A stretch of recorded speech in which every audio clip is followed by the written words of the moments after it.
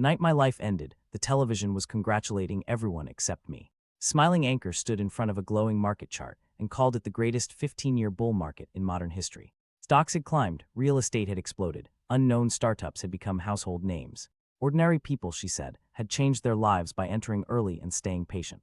I was sitting on the floor of my parents' small apartment with instant noodles gone soft beside me. 3 empty beer cans leaned against my desk. My monitor still showed the victory screen of a game I had been grinding all night.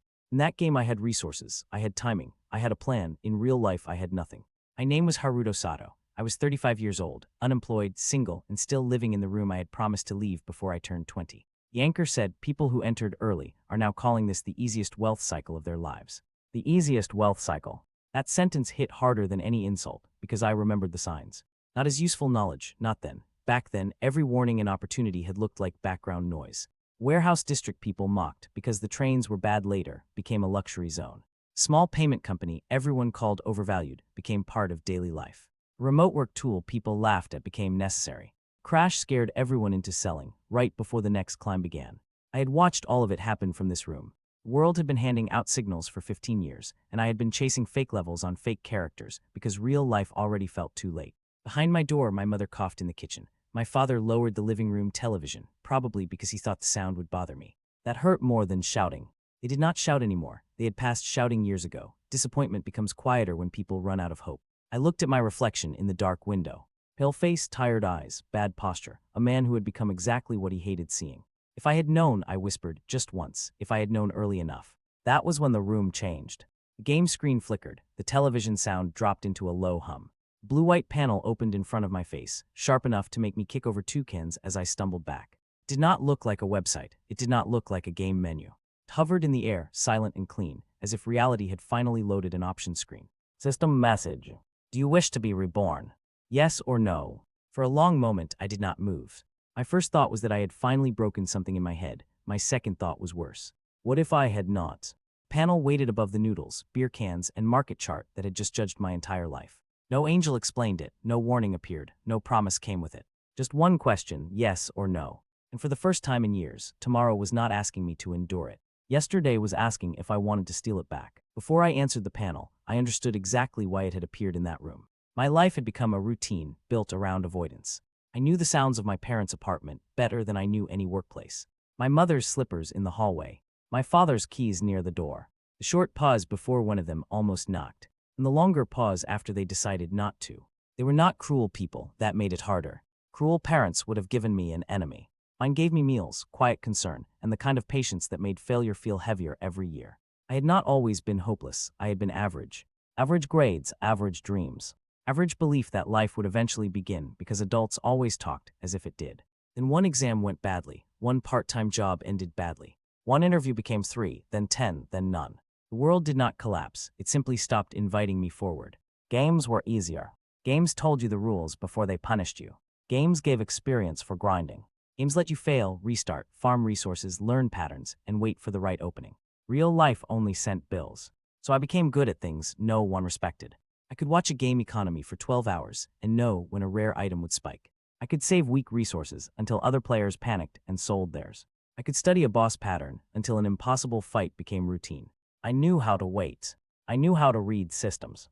I knew how to move when other people became emotional. But I used all of that in worlds that vanished when the server shut down. In the real world, I avoided bank apps, relatives, classmates, and mirrors. I told myself I was tired.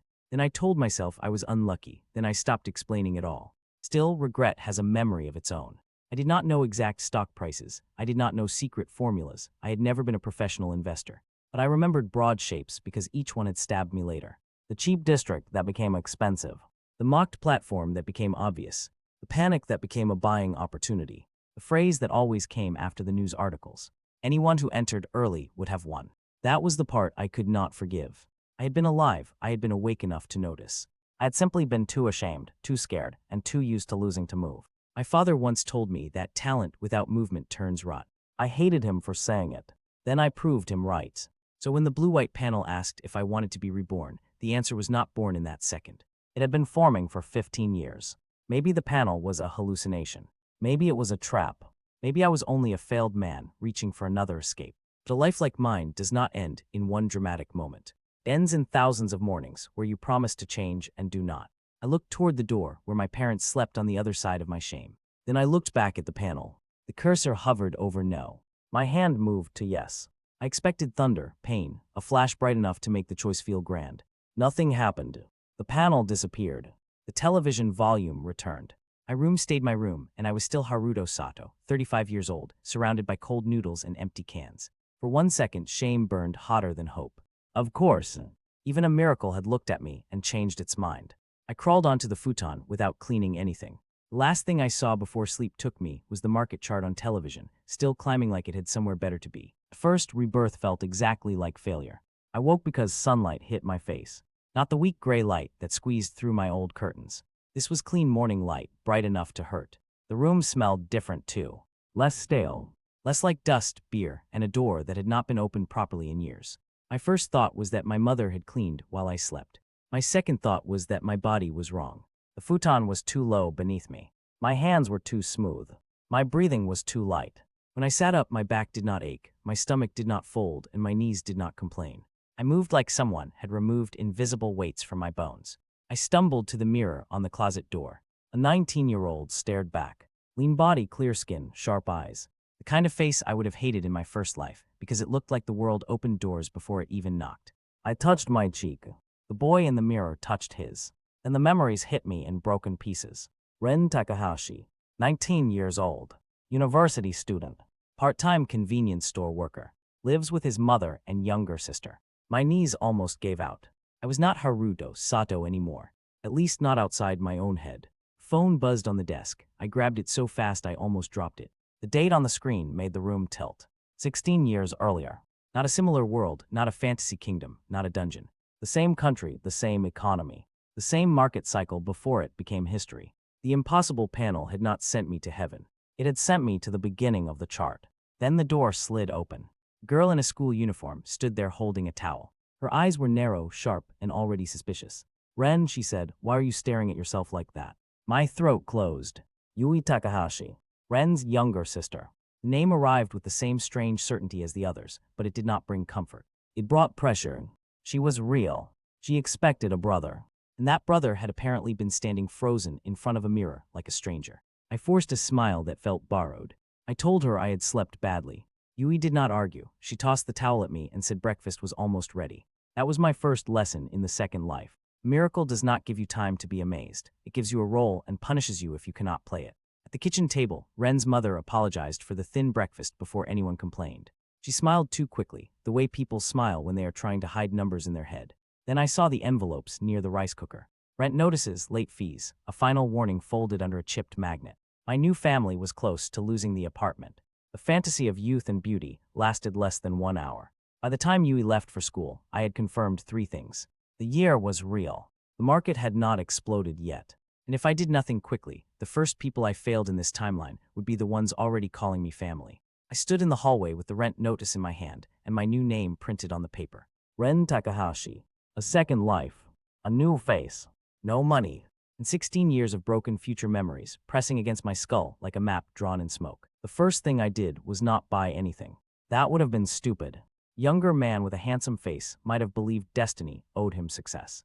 Haruto Sato knew better. The world loves humiliating people who move before they understand the rules. So I checked. I spent the morning on Ren's old laptop, comparing my memories with the present. Headlines, forum posts, district prices, company names, public mood, tech chatter. Search results that looked meaningless to everyone else, but made my hands go cold. I did not look for exact numbers. I did not have those. My memory was not a sacred prophecy. It was a pile of old regrets. A warehouse district people still called dead. Payment company whose early users sounded like cult members. Founder mocked for an idea that would later become normal. Small panic that would frighten retail traders for 3 days. Forgotten online trading event old investors would later laugh about missing. Piece by piece, the smoke map began to match the world in front of me. Not perfectly. Enough. That was more frightening than if none of it matched. Because if the future was close to the one I remembered, then I had power. Not a sword, not magic, not a level-up screen. Something cleaner and more dangerous. Timing. The problem was seed money. Ren had almost nothing. A few coins in a drawer. A half-empty transit card.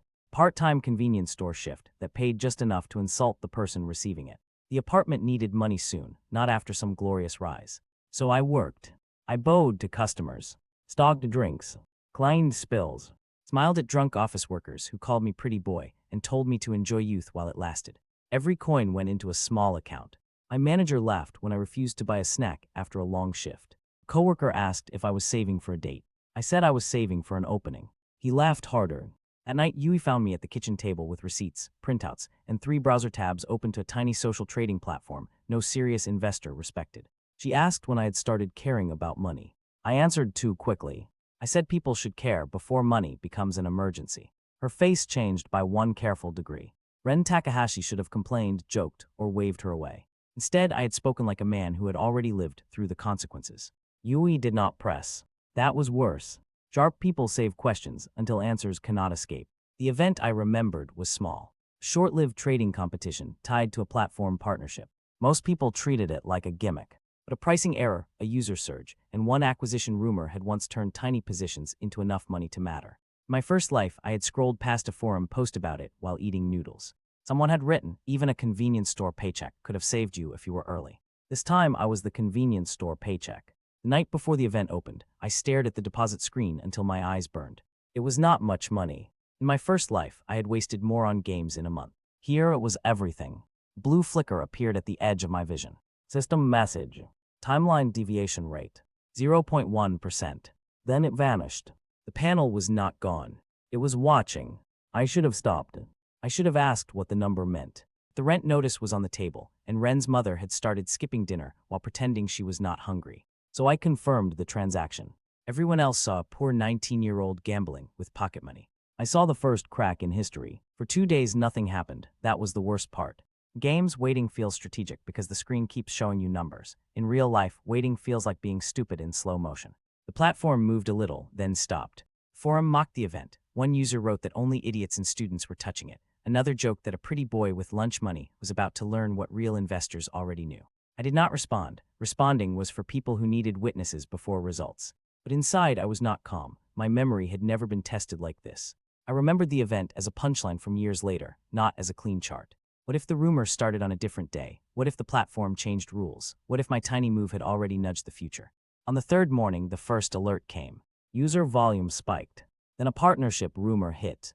Then a larger payment company confirmed a technical integration that the forum had dismissed as impossible. The number in my account moved. Not like a miracle, like a door unlocking. By afternoon, my tiny paycheck had become enough to cover the overdue rent, the late fees, and 2 months of breathing room. I sat in the convenience store stockroom, staring at the balance, while the fluorescent lights hummed above me. I had been right. For the first time in either life, being right changed something real. That evening, I placed the transfer confirmation in front of Ren's mother before she could apologize for dinner again. She stared at the page, then at me, then back at the page. She asked where it came from. I gave her the simplest safe answer, a lucky online trade, a small event. I had been careful. It was not entirely a lie. Ren's mother cried quietly. Not dramatic tears, the exhausted kind that arrive when someone has been holding a room together with both hands and one burden finally leaves. That should have been enough for me. It was enough for her. It was enough to keep the apartment. But shame is gritty. After years of feeling worthless, one victory did not make me humble. It made me hungry. The forum changed the next morning. The same people who had laughed now filled the thread with excuses. Some said it was luck. Some claimed they had seen it coming too. One user posted a screenshot of my old comment, the one where I had said the event was mispriced. The replies shifted, not respect yet, suspicion. Who is this guy? How did he know? Pretty boy got lucky. Still, the laughter was different. It had an edge now. Yui cornered me near the balcony that night. She did not ask about the money first. She asked why I had used the phrase. People panic the same way in every cycle. I had not even noticed saying it. A 19-year-old brother should not have sounded like someone who had watched decades of fear repeat itself. I told her I had read too many finance blogs. She did not believe me. Instead, she said, "You saved us, so I'm thankful, but you looked happy before Mom did." That sentence stayed with me because she was right. I had been relieved the apartment was safe, but before kindness, before gratitude, before family, I had felt the rush of winning. Later, when the apartment was quiet, the blue-white shimmer returned near my hand. System message, timeline deviation rate increased, 1.3%. Memory reliability may fluctuate. The words vanished before I could touch them. Fear rose in my stomach. Then I looked at the rent receipt on the table. Paid. For a man who had wasted one life watching other people move early, fear felt smaller than proof. I had saved a home, and the world had laughed a little less. After the apartment, I told myself I would move carefully. I lasted 9 days. Problem with having a map of the future is that every street starts looking like a test of your courage. A district nobody respects yet. A founder begging for early users. Fashionable stock I remembered only as a future scandal. Small panic that would scare retail investors into selling right before the rebound. I did not know everything, but I knew enough to see waves forming before other people gave them names. So I moved in small pieces. I sold before a panic and bought after fear peaked. I visited the ugly warehouse district before the first redevelopment rumor. I backed a tiny software company after reading a founder interview everyone called delusional. I avoided a popular stock because my memory of it was not a number, but a headline and a sinking feeling. Each move was different, that mattered. If I repeated one trick, people could call it luck. When I moved across markets, districts, rumors, and timing, luck started looking nervous. The forums noticed first. They called me student money, then pretty boy gambler, then lucky brat. And one user made a list: 5 strange moves, 5 early entries, 4 clean exits, 1 avoided disaster. The thread title was a joke. The calendar prince arrives before the boom. The name spread faster than the facts. First I hated it, then I checked the thread again and again. Calendar prince, a ridiculous name, a public name. Name that did not belong to Haruto Sato, the man no one waited for. It belonged to Ren Takahashi, the handsome nobody who arrived too early and left too cleanly. Recognition is dangerous when you have starved on invisibility. It tastes like justice even when it is only attention. Soon the reaction moved offline. Real estate agent called after I walked through a half-empty district and asked if I represented a buyer. Founder messaged me and asked if I would look at his pitch. Local trader offered dinner if I shared my calendar. 2 scammers tried to sell me insider access to information I already knew better than they did. Then came the copycats. Young investors began following my public moves without understanding my reasons. Some bought too late, some sold too early. Some treated my silence as a signal and my mistakes as conspiracy. That was the first time my influence felt heavy, not enough to stop me, enough to make Yui notice. She found district maps in my room and asked why real estate agents were calling the house. I told her I was building options. She said I sounded like a middle-aged man, pretending not to be lonely. That hit too close. I snapped that money had saved the apartment. Yui did not flinch. She said money had saved the apartment, but it had not explained why her brother smiled whenever strangers were afraid of being late. I wanted to deny it. Instead, I remembered the noodles, the beer cans, and the market chart that had climbed without me. I did like being early. I liked watching people chase after a door I had already passed through. Far from my room, another list was being made. I did not know that yet. Inside Moro Capital, an analyst flagged my public movements as statistically abnormal. Not illegal, not large enough to threaten markets, but too consistent across unrelated sectors. Too early, too clean. The report moved upward. The time I bought my first small stake in the warehouse district, everyone still called dead. Director Yumi Kuroda had already read my name. She circled one phrase in the report, calendar prince, and she placed a silver coin beside the paper and smiled like someone had found a rare asset before the market knew it existed. Yumi Kuroda did not approach me like an enemy. That made her more dangerous. She appeared after one of my meetings with a nervous founder whose idea sounded stupid unless you knew what office work would become 10 years later. Black car stopped near the curb. A woman in a pale coat looked out from the back seat. She knew my name before I gave it. Not Ren Takahashi, student investor, calendar prince. Her voice made the nickname sound less like an internet joke and more like a file label. Director Yumi Kuroda of Moro Capital was polished in the way expensive knives are polished. Calm, useful, designed to cut without looking emotional about it. A silver coin rolled across her fingers while she spoke. She said Moro admired unusual timing. She said young talent needed protection. She said public attention attracted thieves, regulators, predators, and fools. Moro could offer structure, access, legitimacy, and doors that would never open for a boy with no elite family and no official history. Everything she offered was something Haruto Sato had wanted. A room where important people listened. A system that called me valuable before I had to beg. A chance to stop being treated like a mistake. Then Kuroda said the phrase that turned the air cold. History belongs to the first buyer. I looked at the coin. One side was blank, the other had a thin engraved line, like a timeline split by a blade. Kuroda watched my eyes and smiled. She did not ask how I knew what I knew. She asked whether I understood the cost of arriving early. That was the test. Most people would have heard a metaphor. I heard ownership. She offered me 3 opportunities during that conversation. One was real, one was already dead, one would become legendary but not for years. She wanted to see which future made me flinch. I gave her nothing obvious. Hiding knowledge from Kuroda was not like hiding from forum users. She did not need proof. She only needed enough impossible edges to justify control. That night, the blue-white panel returned over the dark window. System message, timeline deviation rate, 7.8%. Observed returner activity detected, returner. The word sank deeper than any market loss. I was not the only one. Second message flickered, timeline market synchronization unstable. And the letters blurred. For one breath, I smelled warm beer and old noodles, as if my first room had opened inside Ren's body. When the vision cleared, one memory was missing, a company name. I knew it mattered, I knew it became huge, but every time I reached for it, the name dissolved. That was when I understood. The panel had not been mercy. It had been access, and access had rules. Yui found me staring at my reflection again. This time I did not look young to myself. I looked like a man wearing a face he had not earned. She asked what Moro wanted. I told her they wanted to invest. Yui said people like that do not invest in boys. They invest in control. I should have been annoyed. Instead, I was relieved. Someone in this timeline could see the shape of a trap without needing the system to label it. The next morning, Kuroda sent a package. Inside was another silver coin. No note, she did not need one. Moro Capital did not want to stop the calendar prince. They wanted to buy him before history realized what he was worth. The first memory that betrayed me was one I trusted too much. It involved a mid-sized logistics company tied to the warehouse district I had been watching. My first life, that company had been a joke for years. Then a redevelopment chain and a delivery tech partnership sent it upwards so fast that old forum users talked about it like a legend. I remembered the broad order clearly. The district rose, the company rose, early investors won. This was supposed to be safe, not exact, not guaranteed, but safe enough. I warned a small circle not to panic when the first dip came. I put my own money in. I left a few public hints visible, because the calendar prince rumor had already become impossible to erase. Part of me knew that was reckless. Another part enjoyed it. When people waited for my move, I felt like the market finally had to look at me. Then the future changed.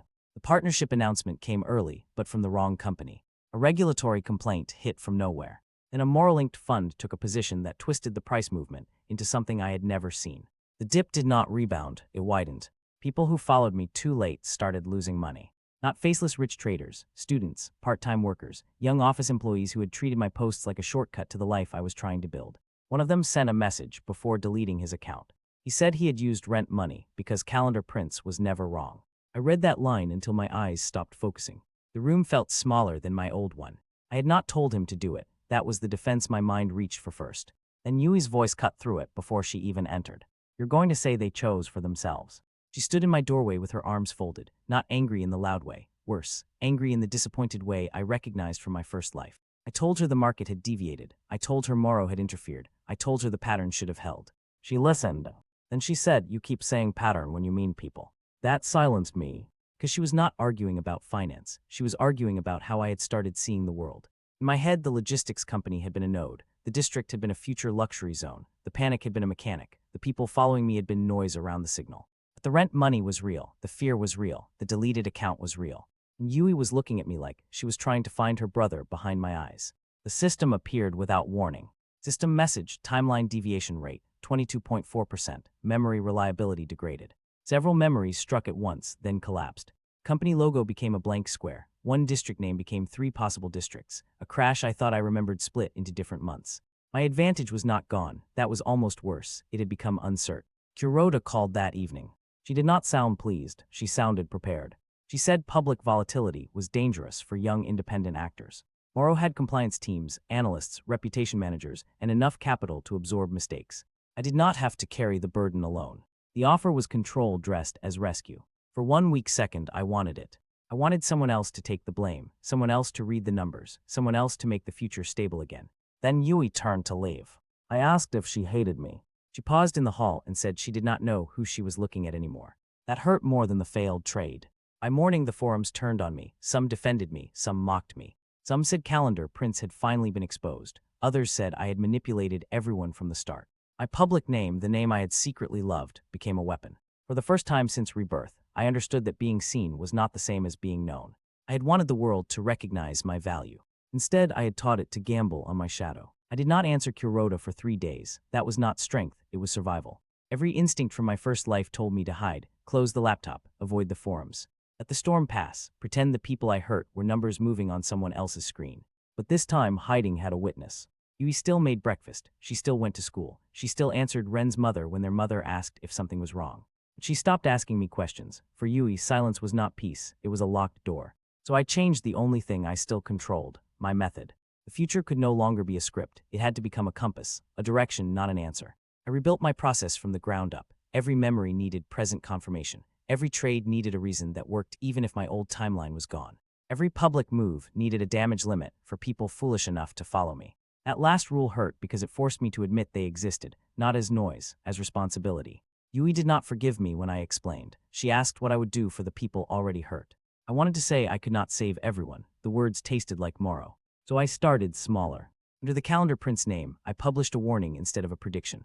I told followers not to use rent, debt, or family money. I closed positions publicly when I could. I helped organize information for people trapped in the logistics panic, not as a genius oracle, but as someone who had made the risk worse by becoming a symbol. Some called it cowardice, some called it too late. They were not completely wrong, but a few listened. That was the first repair, small, incomplete, real. Yui's first contribution came without announcement. She dropped a local newspaper clipping on my desk. It was about complaints near the warehouse district, tenant groups, delivery workers, small shops being pressured before redevelopment was even official. I had been watching land value. Yui had been watching people. The clue changed everything. The district was not rising naturally. Someone was forcing distress early, collecting property through shell buyers, then using panic to reshape the timing. Moro or someone using Moro's style. Once I looked through Yui's angle, other pieces aligned. The failed logistics memory had not simply drifted, it had been bent.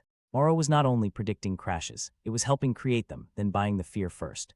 That was when my original parents returned to the center of my life. Not physically, they did not know me. In this timeline, Haruto Sato was younger, still somewhere else, still on the path to becoming the man I had been.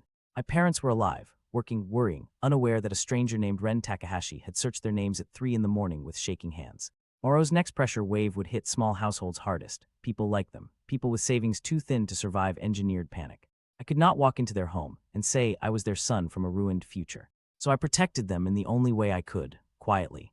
I sent opportunity through a local program, adjusted a public warning where they would see it, helped stabilize a community fund connected to their neighborhood without letting my name touch theirs. It was not dramatic, it did not feel like winning, it felt like love without credit. By the end of the week, Yui stood beside my desk for the first time since the failure. She pointed at 3 linked companies and said if Moro was creating panic, then the real target was not one district. It was a crash, a controlled one. Market break large enough for them to buy distressed assets, silence rivals, and prove that history belonged to whoever moved first. I looked at Kuroda's silver coin on my desk. For the first time, I did not feel tempted by it. I felt late. And this time, being late was not an option. Kuroda met me on the top floor of a building that did not appear on Moro's public website. That was how powerful people like to hide, not in darkness, in places so expensive no one thought to question them. Cities spread beneath the glass, districts I remembered as cheap, towers I remembered rising years later, streets filled with people who had no idea that a group of investors upstairs was preparing to turn their fear into inventory. Kuroda placed the silver coin on the table between us. She told me I had done well for someone untrained. That was the first insult. Then she told me I had reached the natural limit of independent talent. That was the offer. Moro had identified the same instability I had. They called it a market, but not the kind that traded stocks. It traded advantage, regret, and second chances. Returners like me were not miracles. We were instruments that revealed which changes produced profitable deviations.